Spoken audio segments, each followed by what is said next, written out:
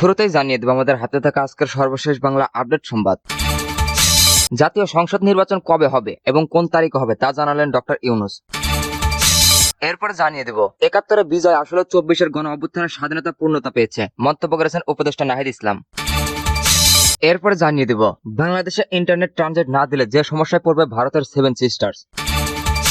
সর্বশেষ জানিয়ে দেব বিজয় দিবসে জাতির উদ্দেশ্যে প্রধান উপদেষ্টার ভাষণের পূর্ণ বিবরণ। এতক্ষণ শুনছিলেন সংবাদ শিরোনাম, এরপর বিস্তারিত।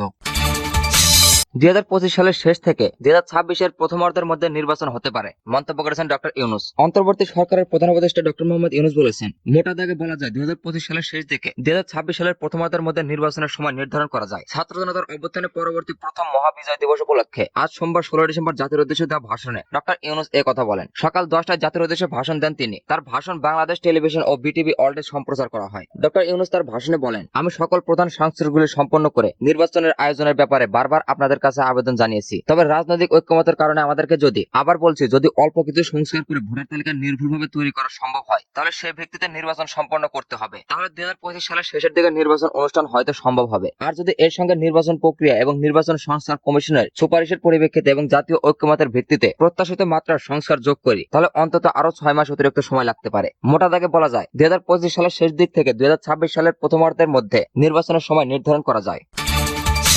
৭১-এর বিজয় আসলে ২৪-এর গণ অভ্যুত্থানের স্বাধীনতা পূর্ণতা পেয়েছে, মন্তব্য করেছেন উপদেষ্টা নাহিদ ইসলাম। ৭১-এর মহান মুক্তিযুদ্ধে বিজয় আসলে ২০২৪ সালের গণ অভ্যুত্থানের স্বাধীনতা পূর্ণতা পেয়েছে বলে মন্তব্য করেছেন তথ্য ও সম্প্রচার মন্ত্রণালয়ের উপদেষ্টা মোহাম্মদ নাহিদ ইসলাম। সোমবার ১৬ ডিসেম্বর সকালে সাভারে জাতীয় স্মৃতিসৌধ মহান মুক্তিযুদ্ধের বীর শহীদদের শ্রদ্ধা জানানো শেষে সাংবাদিকদের তিনি একথা বলেন। উপদেষ্টা নাহিদ ইসলাম বলেন, আজকের এই দিনে আমরা স্মরণ করছি মহান স্বাধীনতা যুদ্ধের সকল শহীদদের। সেই সঙ্গে জুলাই অভ্যুত্থানের শহীদদেরও আমরা শ্রদ্ধার সঙ্গে স্মরণ করছি। ১৯৭১ সালে আমাদের বিজয় আসলেও সেই স্বাধীনতা অরক্ষিত ছিল। ২০২৪ সালের গণ অভ্যুত্থানের মধ্যে দিয়ে আমাদের স্বাধীনতা পূর্ণতা পেয়েছে। ২০২৪ সালের এই বিজয়ের মধ্যে দিয়ে আওয়ামী ফ্যাসিস্ট মুক্ত দেশ জনগণ প্রকৃত বিজয়ের স্বাদ অনুভব করছে। এই সময় তার সঙ্গে উপস্থিত ছিলেন স্থানীয় সরকার, পল্লী উন্নয়ন ও সামবায়িক এবং যুব ও ক্রীড়া উপদেষ্টা আসিফ মাহমুদ শরীফ ভূঁইয়া ও উপদেষ্টা মাহফুজ আলম।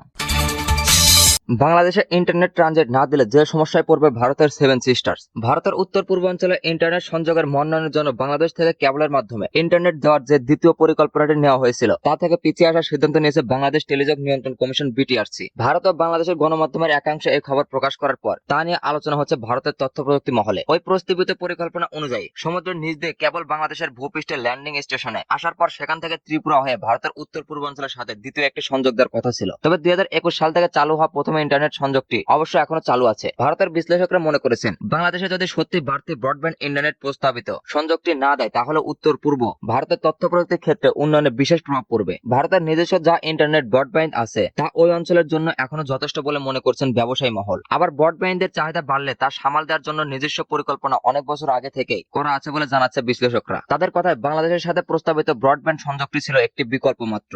ভারতের অর্থনীতি সংক্রান্ত সংবাদপত্র দ্য ইকনাগম টাইমসের একটি প্রতিবেদন অনুযায়ী সামিট কমিউনিকেশন এবং ফাইবার@হোম এই দুটির বেসরকারি বাংলাদেশি সংস্থা বাংলাদেশ টেলিকমিশন রেলগেটের কমিশনের বিটিআরসির কাছে আবেদন জানানোর পরে কমিশন টেলিযোগ মন্ত্রণালয়ের কাছে প্রকল্পটির বিষয়ে অনুমোদন চেয়েছিল। সিঙ্গাপুর থেকে আখাউড়া সীমান্ত পর্যন্ত ব্রডব্যান্ড পৌঁছানোর কথা ছিল। সেখান থেকে ভারতের টেলিকম সংস্থা ভারতে এয়ারটেল সেই সংযোগ উত্তর পূর্ব ভারতের বিভিন্ন রাজ্যে নিয়ে যাবে, এমনটাই ছিল প্রস্তাব। বিটিআরসি সূত্র উদ্ধৃত করে দ্য ইনকামিং টাইমস লিখেছে, ওই প্রস্তাব বাস্তবায়িত হলে বাংলাদেশের নিজেরই একটি আঞ্চলিক ইন্টারনেট হাব হয়ে ওঠার সম্ভাবনাতে বিরূপ প্রভাব পড়বে। বাংলাদেশকে ট্রানজিট রুট হিসেবে ব্যবহার করে ত্রিপুরা, অরুণাচল প্রদেশে, আসাম, মিজোরাম, মণিপুর, মেঘালয় এবং নাগাল্যান্ডে দ্রুতগামী ইন্টারনেট আরো ছড়িয়ে দেওয়া সম্ভব হতো ওই প্রকল্প বাস্তবায়িত হলে। বাংলাদেশের একটি গণমাধ্যম একটি প্রতিবেদনে বিটিআরসি চেয়ারম্যান মোহাম্মদ এমদাদুল বারিকার উদ্ধৃত করে এভাবে গাইডলাইন এ ধরনের ট্রানজিট ব্যবস্থা অনুমোদন করে না। ওই একই রিপোর্টে এটা উল্লেখ করা হয়েছে, বাংলাদেশের যে দুটি বেসরকারি সংস্থা সিঙ্গাপুর থেকে আসা কেবল ফরিদ খান, যিনি আওয়ামী লীগের প্রেসিডিয়াম সদস্য ফারুক খানের ছোট ভাই, ভারতের উত্তর পূর্বাঞ্চলের রাজ্যগুলোতে তথ্য প্রযুক্তি শিল্প গড়ে তোলার জন্য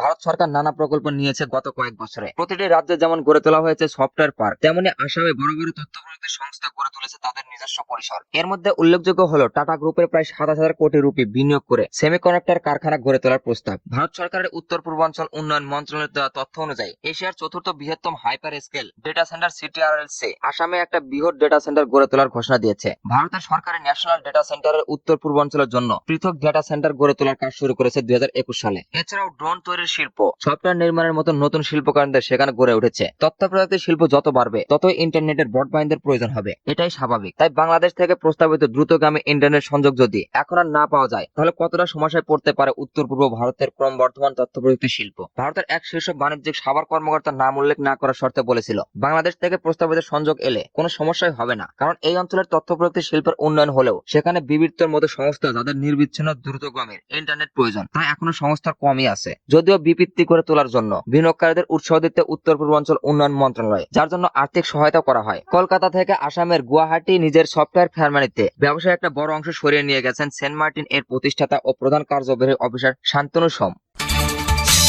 বিজয় দিবসে জাতির উদ্দেশ্যে প্রধান উপদেষ্টার ভাষণের পূর্ণ বিবরণ। মহান বিজয় দিবস উপলক্ষে জাতির উদ্দেশ্যে ভাষণ দিয়েছেন অন্তর্বর্তী সরকারের প্রধান উপদেষ্টা অধ্যাপক ডক্টর মোহাম্মদ ইউনূস। সোমবার 16 ডিসেম্বর সকাল 10টায় ভাষণ শুরু করেন তিনি, যা বিটিভি ও বিটিভি ওয়ার্ল্ড একযোগে সরাসরি সম্প্রচার করে। নিচে ভাষণের পূর্ণ বিবরণ তুলে ধরা হলো। বিসমিল্লাহির রহমানির রহিম। প্রিয় দেশবাসী, শিশু, কিশোর, কিশোরী, তরুণ তরুণী, ছাত্র ছাত্রী, বয়স্ক, বৃদ্ধ, নারী, পুরুষ সবাইকে আমার সালাম জানাচ্ছি। আসসালামু আলাইকুম। আজ জাতির এক বিশেষ দিন, বিজয় দিবস। বাঙালি জাতির বুক ফুলিয়ে দারবার দিন। পাকিস্তান হানাদার বাহিনীর অনেক অস্ত্রকে অগ্রাহ করে খালি হাতে রুখে দাঁড়িয়েছে সম্মুখ সমরে লড়াই করে নিজেদের জন্য একটি স্বতন্ত্র রাষ্ট্র প্রতিষ্ঠার উৎসবের দিন। এই দিনে স্মরণ করে লক্ষ লক্ষ শহীদদেরকে, অগণিত শিশু, কিশোর, তরুণী, যুবক, যুবতী, বৃদ্ধ জনতার আত্মত্যাগে, যার ফলে স্বাধীনতা অর্জন সম্ভব হয়েছিল, কিন্তু আমরা সেই অর্জনকে আমাদের দোষে সম্পূর্ণতা দিতে পারিনি। সর্বশেষ এবং প্রচন্ডতম আঘাত হানলে এক স্বৈরাচারী সরকার সে প্রতিজ্ঞা করে বসেছিল এদেশের মঙ্গল হতে পারে এমন কিছু সে অবশিষ্ট থাকতে দেবে না। এবছরের বিজয় দিবস বিশেষ কারণে মহা আনন্দের দিন। মাত্র 4 মাস আগে একটি অসম্ভব সম্ভব হয়ে গেল। দেশের সবাই মিলে একজোট হুঙ্কার দিয়ে উঠল। পৃথিবীর ঘৃণাতম স্বৈরাচারী শাসককে পালিয়ে যেতে বাধ্য করে আমাদের প্রিয় দেশের মুক্ত করেছে ছাত্র জনতার সম্মিলিত অভ্যুত্থান। যে হাজার হাজার শহীদ এবং আহতদের আত্মত্যাগ এবং ছাত্র জনতার অটুট ঐক্যের মাধ্যমে এই গণ অভ্যুত্থানের সম্ভব হলে তাদের সবাইকে স্মরণ করি এবং আজ এবারের মহাবিজয়ের দিনে সমগ্র জাতির পক্ষ থেকে তাদের প্রতি শ্রদ্ধা সালাম জানাই। নাগরিক অধিকার ও মর্যাদা নিশ্চয়তার জন্য,